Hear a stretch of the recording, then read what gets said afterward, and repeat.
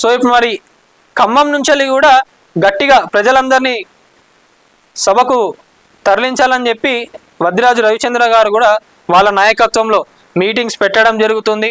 ఖమ్మంని కూడా ఇప్పుడు బీఆర్ఎస్ని ఒక మంచి స్టేజ్లో ఎవరి వల్ల ఉంది అంటే అది రవిచంద్ర గారి వల్లనే అని చెప్పాలి.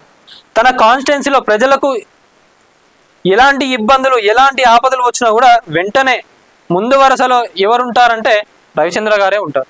ఉమ్మడి రాష్ట్రంలో తెలంగాణ ప్రజల ఆత్మగౌరవాన్ని దెబ్బతీస్తూ వచ్చారు. పాలనతో విపక్ష చూపుతూ వచ్చారు. అభివృద్ధిలో సవతి తల్లి ప్రేమ చూపారు. తెలంగాణను ఎండబెట్టారు. ఏపీని పండుగ చేసుకున్నారు.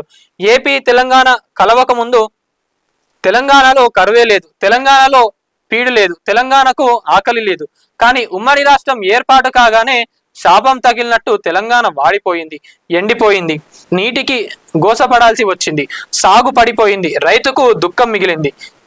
నిజంగా చెప్పాలంటే 10 సంవత్సరాల ముందు ఆలోచించుకోండి, కరెంటు కోతలు కానివ్వండి, నీళ్ళ కోసం ఎవరు ఎంత అలమటించారో.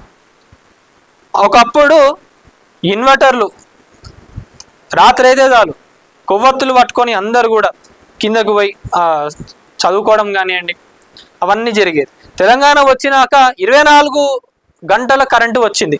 దానివల్ల రైతుకి కూడా మేలు జరిగింది.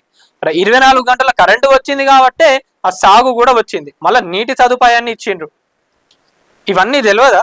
10 ఏళ్ల కాలంలో ఇంతగానం చేయడం అంటే కూడా అసలు నిజంగా చెప్పాలంటే కేసీఆర్ వల్లనే సాధ్యం. నిజంగా వేరే ఎవరైనా నాయకులు ఉంటే వాళ్ళు చేయలేకపోతుండే కావచ్చు. కానీ ఉమ్మడి రాష్ట్రం ఉన్నప్పుడు కూడా మరి తెలంగాణను పట్టించుకునే నాదుడే లేరు కదా. ఏపీని మంచిగా డెవలప్ చేసుకున్నారు, తెలంగాణను ఎండబెట్టినరు. అప్పుడు నాయకులు అనుకుంటే తెలంగాణను అప్పుడే డెవలప్ చేసేటోళ్ళు కదా. తెలంగాణను ఎవరు పట్టించుకోలేదు. అందుకనే కేసీఆర్ గారు ఒక అడుగు ముందుకు వేసి తన ఒక్క గొంతుతో జై తెలంగాణ అంటూ కోట్ల మందితోని జై తెలంగాణ అనిపించిన నాయకుడు కేసీఆర్ గారు.